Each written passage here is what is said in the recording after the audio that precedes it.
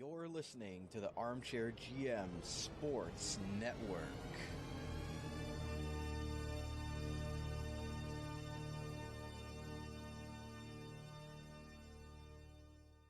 Joined now by the play-by-play announcer for the Saginaw Spirit, Mr. Joey Battaino. Thanks so much for doing this. What you've seen from Josh Bloom on the ice since he started here in Saginaw and how he's developed and grown, now being named the captain and obviously a top prospect for the Buffalo Sabres. So just can you talk about what Josh has meant to this organization since he's got here? Sure. Well, his rookie season, he come in the year after we went to the Western Conference Final, and he was a 16-year-old on a team that was very deep up front specifically.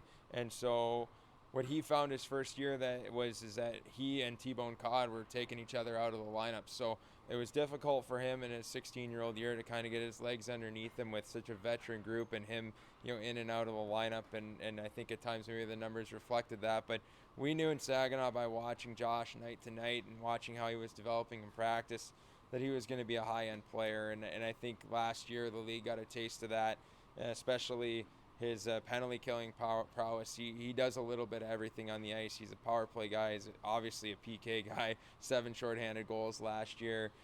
Another breakaway goal last night. He's got dynamic speed. He can finish in tight. He's a little bit of the full package, and I think that's why Buffalo drafted him so high. And he went from 14 points in 1920, and then the pandemic hit, no season, and then he comes back last year and, like you mentioned, puts up 61 points in only 67 games, so a really big jump for him.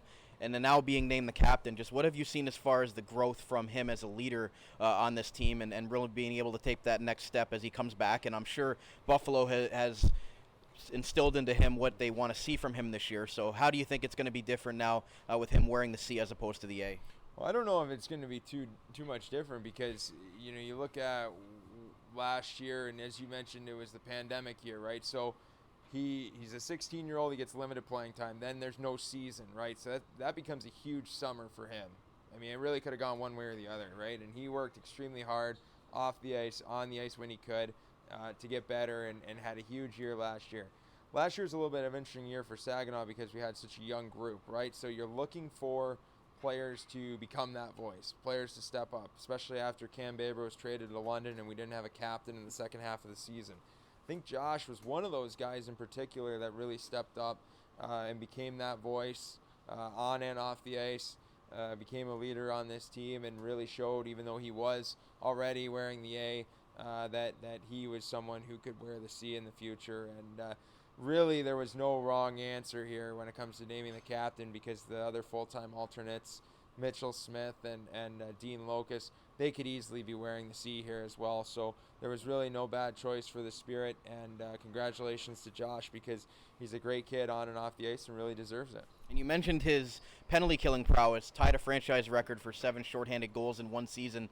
What is it about him on the penalty kill that makes him so dangerous and allows him to create those offensive opportunities while also being defensively responsible in his own end? Well, you said it. He's always looking to create, and he specifically takes advantage of miscues that happen at the top of the offensive zone on the power play. So you get maybe a defenseman or maybe a forward specifically who's handling that puck in a situation where they're the last man back, and maybe it's not the most comfortable situation for that player, and Josh puts a lot of pressure on him. And then when it gets into a one-on-one situation in open ice, I trust Josh Bloom to win that race more times than not, and that's why last year you look at his shorthanded goals.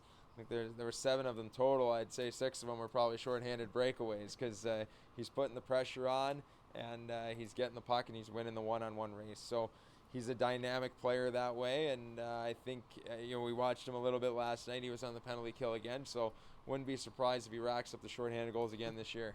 And lastly, just have you seen a difference in him and really what he expects going into the season? The Sabres camp really gave him a really big confidence booster knowing that he played so well there, and then coming back to the OHL. Do you really see him taking that on as a challenge and really trying to be a catalyst for this team this year and showing that he can really be something at the next level, but also trying to help this team get from last place in the Western Conference last year to a contending team once again? I think it does, Brandon, but I think it goes back to last year. Like, he had such a good year, and then at the end of the year when our season's over, Rochester calls him up, and he doesn't play, but he goes there and practices with that club, and they have some good veteran players there in Rochester that probably, I mean, I wasn't there, but I would assume probably took him under their wing and kind of showed him what it's like day to day at that professional level. And there's guys in Rochester that have played some games in the NHL, so he got that opportunity, and I think that's kind of where it started. And then into training camp with Buffalo, he gets that extra experience. Now he's obviously more with his peer group than he was with Rochester, but all the same very talented players.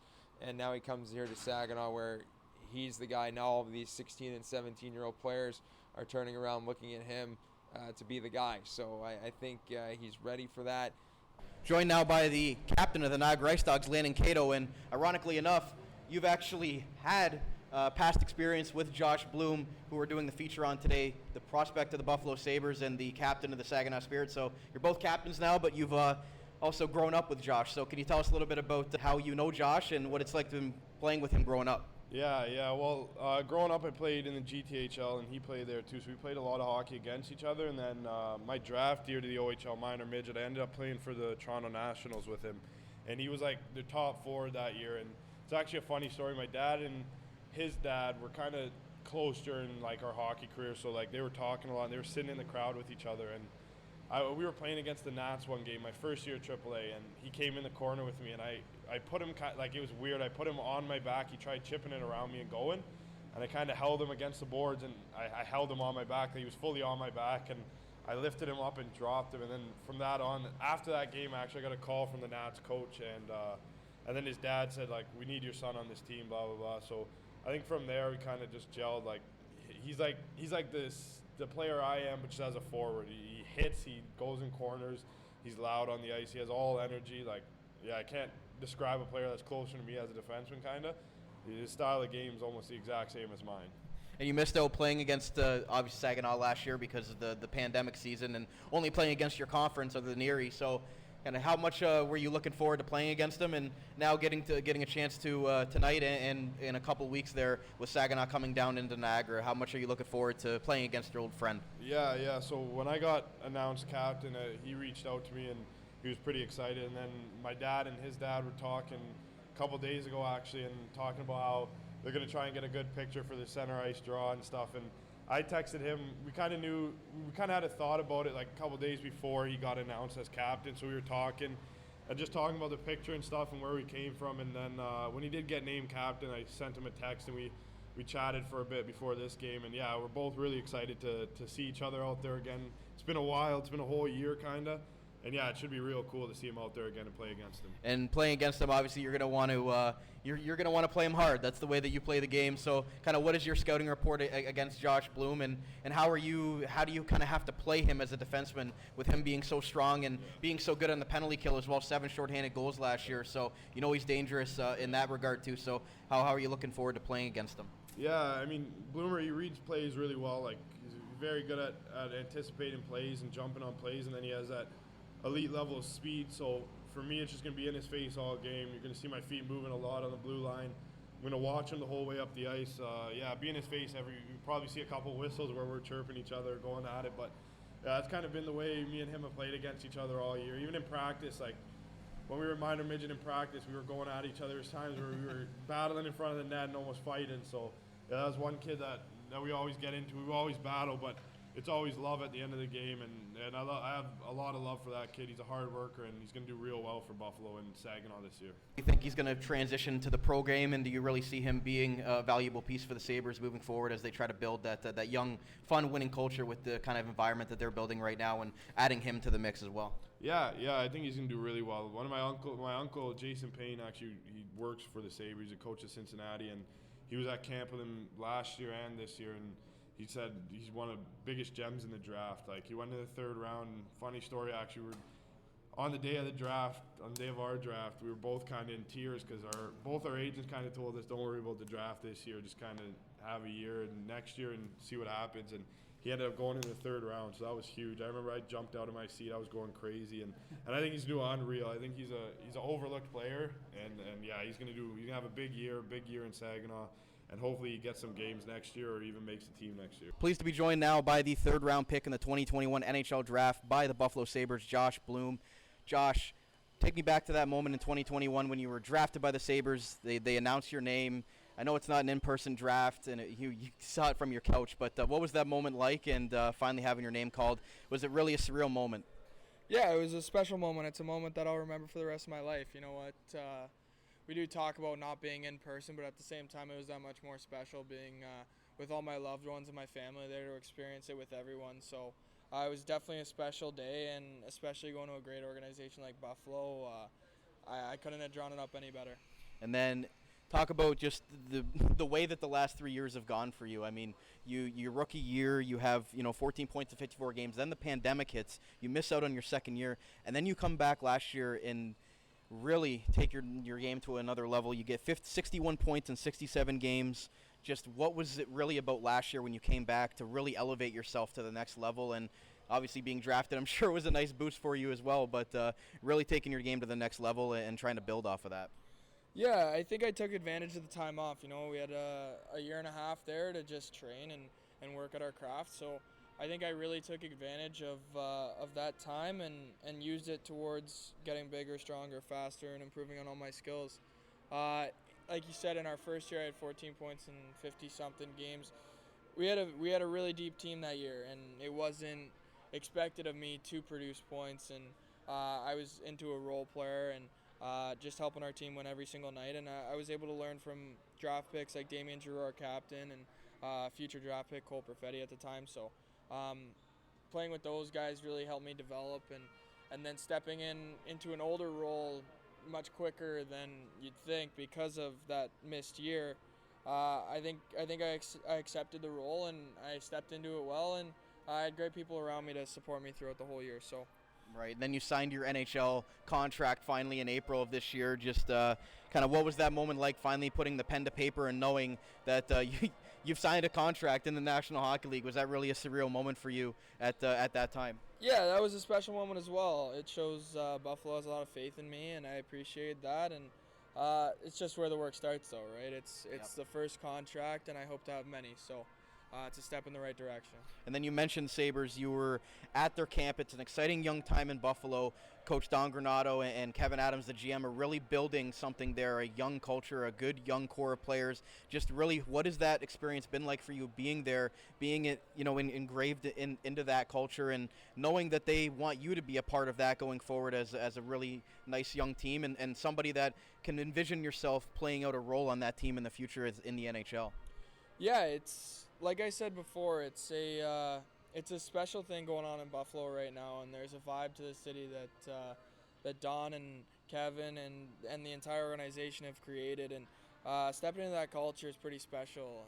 There's nobody better than anybody else. Everyone's an equal, and just working towards a common goal. So I think they've done an unbelievable job there, and I'm pretty ecstatic actually to hopefully step into that role one day.